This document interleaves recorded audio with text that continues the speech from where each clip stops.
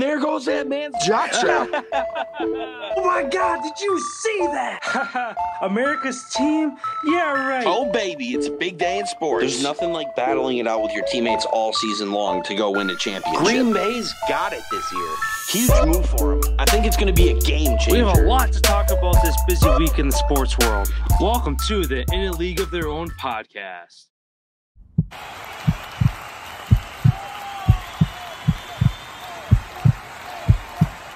Hello, everyone, and welcome to today's NHL segment. All-Star Weekend is here. We'll have to touch on that a little bit here. But where I'm starting is a team that has made a surge for a while in the Metro, and then now is kind of hit a skid here before the All-Star break. The Penguins. They're currently sitting in the third spot, again, in the Metro, but they dropped 4 straight games heading into the All-Star break. Well, 0-3-1, so they got 1 point against the Kraken a couple games ago. But again, trade deadline coming up for that as well. Do you think that a move before the trade line is necessary for the Penguins, or do you think that they're fine where they're at? And I mean, every team drops a handful of games in a row now and then. Do you think they need to make a move? I could see them picking up Marc-Andre Fleury. I could see them picking up another goaltender. I could also see them going out and getting a defenseman. I know Jeff Petrie from the Canadiens is on the trade block right now. As we're getting closer here to the deadline, I could see a couple other teams who are kind of on the bottom willing to yard sale some players to go try to win a cup. That's kind of what it's all about. All these teams like picking up veteran guys who've been around, got it done, who are still having great careers. Those are about the only 2 moves I could see them making. But if they do stay how they are, I think they still sit just fine. I think they still make the playoffs. But I don't know. I feel like they still need a tad more depth as far as maybe getting a little younger on the back end, or like I said, bringing in another top tier goaltender to really get through the depth of the playoffs. Yeah. And kind of looking at the stats of them, I mean, goal scoring, they lead the Metro, 154 goals. And then as far as goaltending, not terrible. 124 goals given up, a plus 30 differential, which is second in the Metro. So, I mean, overall, the Penguins are, I mean, a good team. There isn't a hole to where it's like they got to fill this spot right now or they're not going to make it the distance. But, yeah, as you mentioned, goaltending, I mean, it'd be a perfect ending to the story to bring Marc-Andre Fleury back where it all started. And like you said, add some depth on that end. Because looking at their goaltending, they're really a one-man show with Jerry. Yari. It looked like an E for beer. I forgot it's Yari. Yeah, Yari, 23-8-6, 92.3 save percentage. So he's good. Like he's not like holding the team back in any way. But then behind that, Dominique and DeSmith only have 4 wins between the two of them in 11 games played.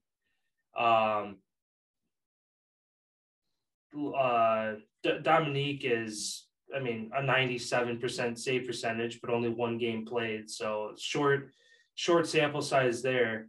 But DeSmith is sub 90, which is kind of that benchmark of if you're below 90, you're kind of below the mark. If you're above 90, you're okay. But again, only 3 goaltenders, and Yari is the lone guy really that they lean on night after night. So yeah, bringing in Andre Fleury, I think that could be a really, really good duo if you switch back and forth between the two of them, because Yari needs a break. All right, one of these guys step in, all right, we got to score a shit ton of goals tonight because we're probably going to let a lot through. You switch back and forth between those two, you could go into the playoffs with the best goalie duo. And then at that point, you just ride whoever's the hottest. But other than that, I mean, yeah, their goal scoring, like I said, second in the Metro. They don't really have to go out and get a guy there. But yeah, I mean, 4-game skid sucks, but at the same time, it's a good time to have a 4-game skid going into the All-Star break, because then it allows you to assess, all right, what did we do these last 4 games that got us to this spot? And then next week they can get back at it and try to make a push for the top of the Metro, which I think could be really possible for them. Yeah, I completely agree. And then on to the All-Star festivities, which get underway in an hour here. First off, who do you think is going to win the NHL's fastest skater competition?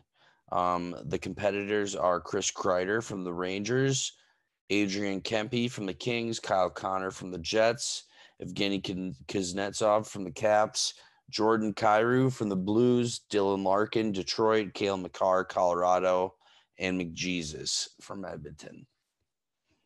I think it's gonna be McDavid.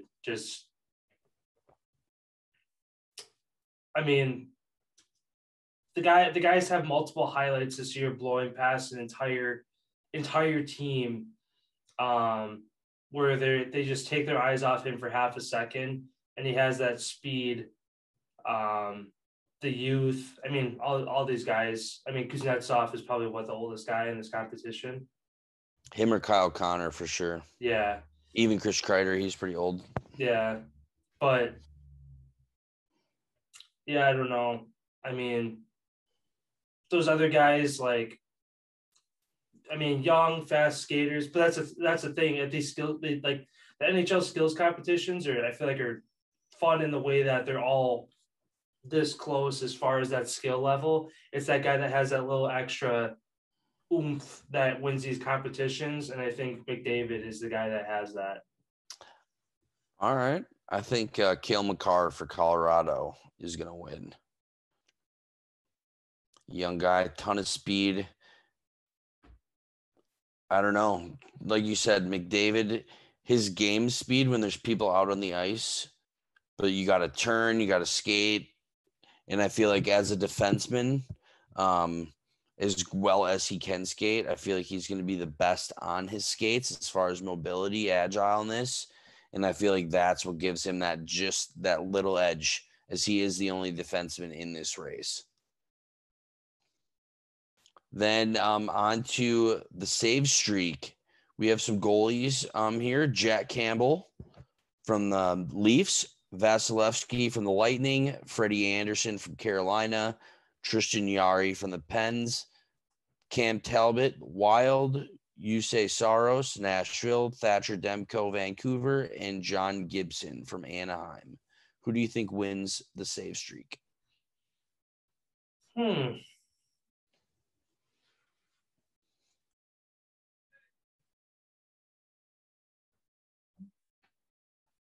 And for those of you who've never seen it, just to describe it, it's basically just breakaway shootout style. How many people can you stop it? Who can stop the most people in a row? I mean, my first instinct is Vasilevsky. You're not going with your boy Jack? I'm pulling up here quick. I'm just curious how both of them are head to head as far as. Okay, Vasilevsky 92.2 save percentage this season, and Campbell 92.5. So they're basically neck and neck. Gosh. Or Freddie Anderson, hottest team in the league. Carolina. Yeah, I'm still going to go with Vasilevsky. I mean, Toronto, though, least – do they have the least goals given up? 112? No, Carolina, 98. Geez, 98 goals given up. That's unreal. Yeah, I'm going to stick with Vasilevsky, though. Yep, that's my pick as well. I think it's going to be between him and Campbell. I think that those two are going to lead the lead in this skills challenge, but if I had to pick a second guy, I'd say it's going to be Cam Talbot on the Wild. I think he's pretty good up front, real close. Then, yeah, pretty cool, some new events that they're bringing on. They're doing a fountain face-off where players are on a boat and they got to shoot pucks into 5 targets, and the people to do it in the least amount of time. The fountain like sprays and does all this crazy thing. People in that competition, I guess we could just give our picks for all of these here. Johnny Huberdeau, Claude Giroux, Jordan Eberle, Jacqueline Lamoureux, women's Canadian player, Roman Josi, Nick Suzuki, Zach Werenski, or Mark Stone.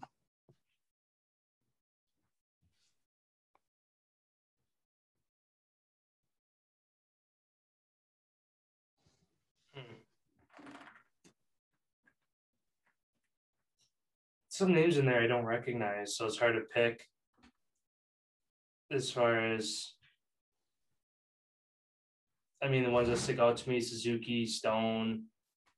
Who was the second or third one? Giroux. He's a Flyer, isn't he? Yeah, and then Jonathan Huberdeau, he's a Florida Panther. I'm just gonna go with familiarity, and I'm gonna say Mark Stone. Sounds good. Yeah, I'm going to pick Giroux just because I got to go with my Flyers boy. Then down to the most interesting one, hardest shot. Adam Pelech, Islander, Timo Meier, Shark, Victor Hedman, Tampa Bay Lightning, and good old Tommy Wildboy Wilson from the Caps. Ooh.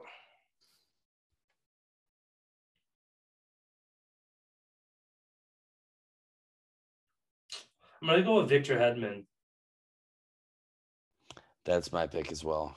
Him or Adam Pelech, I believe, are going to win that one. But yeah, wrapping this episode up. All-Star Game starts in about an hour, and then we have the 3-on-3 format starting on Sunday. What division do you think is going to take home the championship?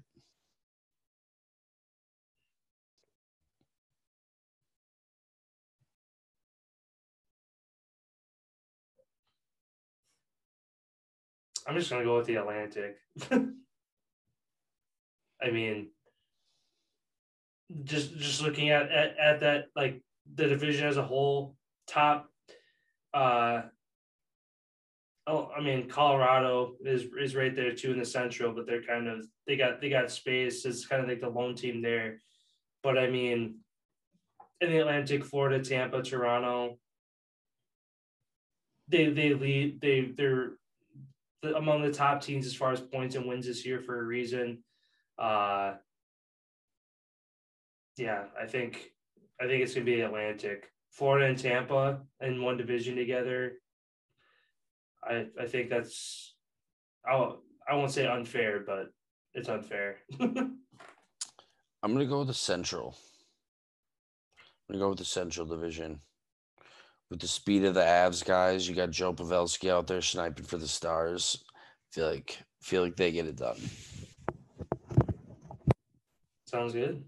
And yeah, that concludes the end of our NHL segment here for today. Check out our other 2 videos, the NFL and the NBA, where we talk about the highlights and trade rumors going around there.